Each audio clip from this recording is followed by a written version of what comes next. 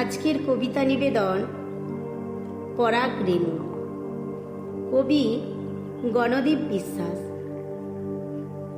শিশির নরম বৃষ্টি মাখা কোলে দোল দোলানো রঙিন আঁচল পাতা, কাগজ পোড়া দুধের গন্ধে ভোর, ঘুম ভাঙাতো সুরের বেলবতা। কাজলে টানা কাজল লতা থেকে কপাল জোড়া ধেপড়া পানাটি, হাগু হিসু সব মুছিয়ে হাতে জাগত প্রেমের অগাধ অন্তরে।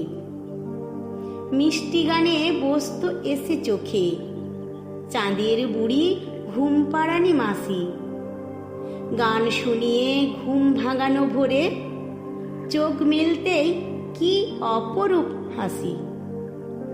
গালের তিলার ছোট্ট সিঁদুরটি দেখলে যেন কান্নাগুলো পালায়, শাঁখা পরা নরম দুটি হাতে হাত ধরে কে হাঁটি হাঁটি চালায়। আমি নাকি দুষ্টুমিতে সেরা, মিষ্টি বকে কান্না আনার ছুতো, ঝড়ের রাতে বিদ্যুৎ চমকালে কে মুখ ঢেকে নরম বুকে সুতো। সময় চলে তার নিয়মে আগে, শিশু কাটায় কৈশোর যৌবন, একলা চলা সময় ধরে শুরু, পথের মাঝে হারিয়ে গেল মন।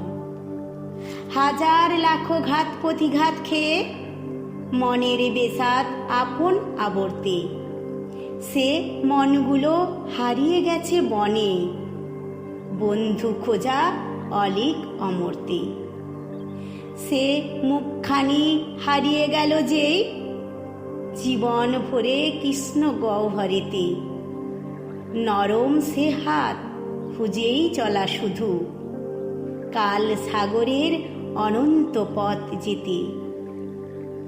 আবার যেন নরম সে বুক পায়, ভয়ের রাতে নির্ভয় আশ্রয়, সে কোল ফিরে পায় যেন বারবার, তুফান ঝড়ে নিবিড় পোতাশ্রয়।